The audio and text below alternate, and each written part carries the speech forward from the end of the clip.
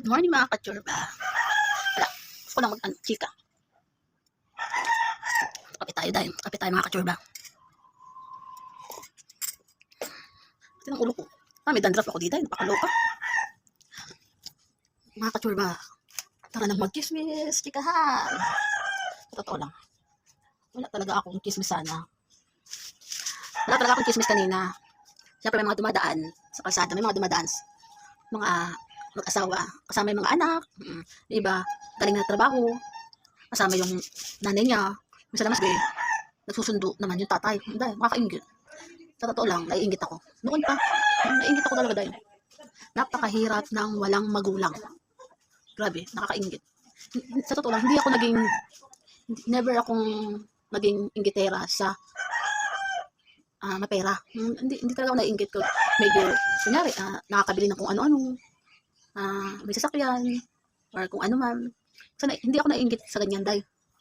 Pero, once may nakita akong nadaan, kasama yung nanay at tatay, ay sobra. Yan ang pagiging inggitera ko. Ang hirap ng walang magulang. Naiingit ako sa ganyan.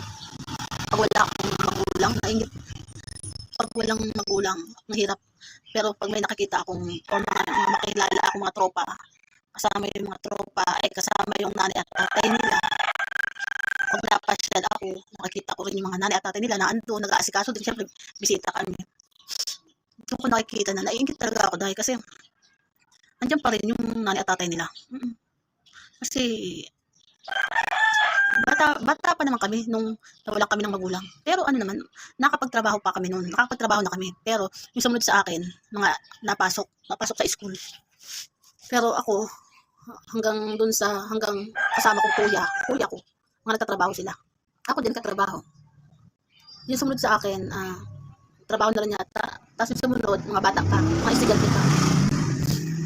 Pero naalala ko lang kasi dati, kahit may trabaho kami dati, pinanggan yung nanay namin. Sa madaling araw, nagluluto,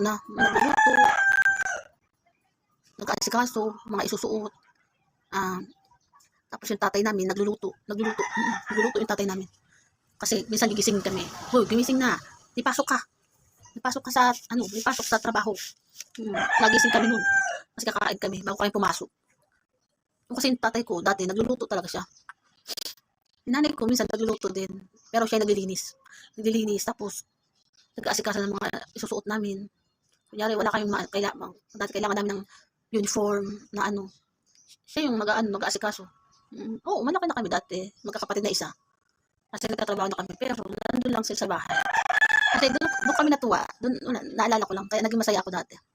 Kami magkakapatid dati. Kami nagtatrabaho kami.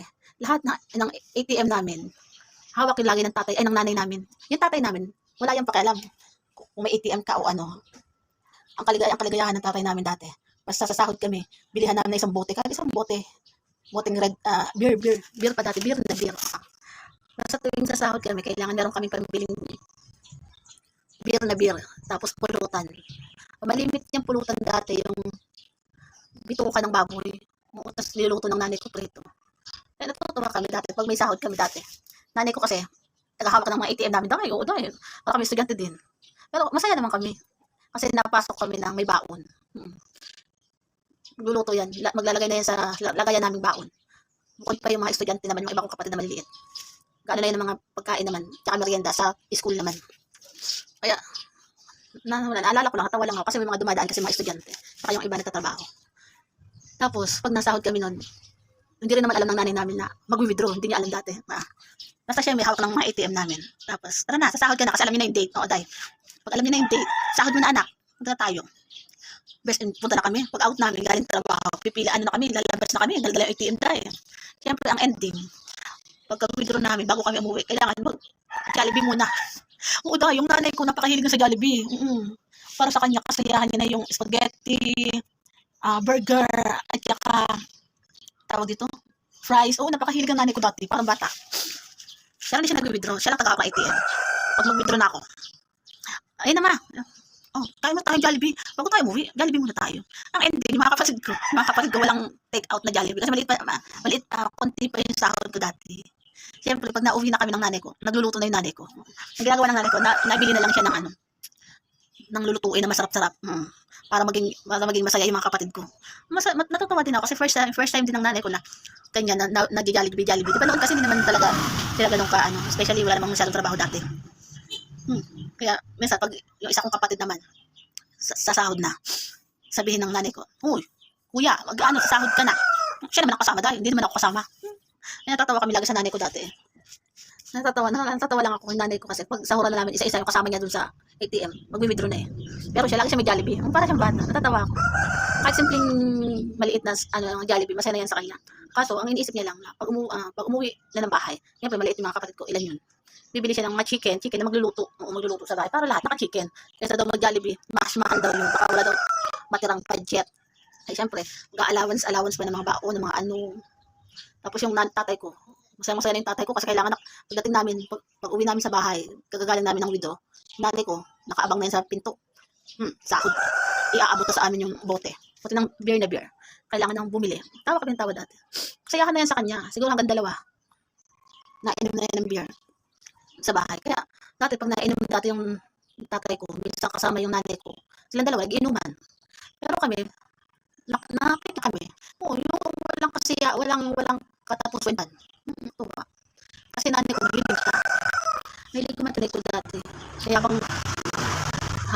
naman yung nanay ko nagbibideo, okay naman yung ano. Tuwa rin yung nanay ko kasi bilan din namin ng video. Hindi ko mag-video okay nanay ko dati dahil. Mahilig din ako mag-video kaya wala, hindi ko pa masyadong wala lang, naalala kasi may nakita akong mga magulang na naglalakad. Napaka-ingitera ko sa mga ganyan. Pag sa pera o yaman mo, hindi ako naingit sa ganyan kasi pwede naman tayo magtrabaho. Hindi tayo nagkakaroon ng pera sa sahod. Pero wala naman ako nun, kahit maliit lang ko. Pero nandiyan naman nanay at tatay ko dati, may nag-aasik naman eh. Kahit ako nagtatrabaho na mga ATM. Ilang na, sekretary namin dati. Kasi yung tatay ko, kasayahan lang niya. Kahit nag-aasikaso yan sa amin, tuwing kakain, magluluto yun para makakain kami bago pumasok. Kasi ang sahod niya, bilihan ng beer na beer. Beer na beer talaga lagi ang ano. Naalala ko lang. Ay, namiss ko lang magkaroon ng magulang. Yun lang, napachika lang ako. Ito ka naman ako sa chismisin, may nakita ng kaan. Kaya napachika ako. Kaya kayo, mga kabataan, kahit naman hindi mga kabataan, yan kung malaki na rin yung iba dyan. So, at pag kahit ito yung magulang niya, kasama ninyo, talagang mahalin nyo talaga. Oo, minamahal talaga natin mga magulang. Pero, mga simpleng kaligayahan nila, kailangan bilihan natin. Kasi nanay ko dati nga, kasiyahan niya, Jollibee. Kahit yung mumurahin na Jollibee, fries, isang burger, okay na yun sa kanya. Kahit nga wala spaghetti, basta may burger at fries, masaya na yan. Nanay ko. Tatay ko, kahit isang bote lang na beer, masaya na yan. Yun, tanda ko lang yung mga kasiyahan nila dati. Kasi tuwan-tuwa sila, nagkatrabaho na kami. Tapos sila, medyo hindi sila nagtatrabaho dati kasi kami nga nagtatrabaho na. Kaya enjoy kami dati. Yun lang, alala ko lang. Kaya kayo tandaan ninyo. May trabaho na kayo. Nandiyan pa yung magulang nyo. Mahalin nyo. Hayaan nyo maging masaya. Kung ano naman ang gusto nila. Basta kaya nyong ibigay. Kung kaya nyong regaluhan. Kada sahod nyo. Ibigay nyo. Ayan ang kasiyahan nila. Siyempre, malaki na tayo eh. Sila na yung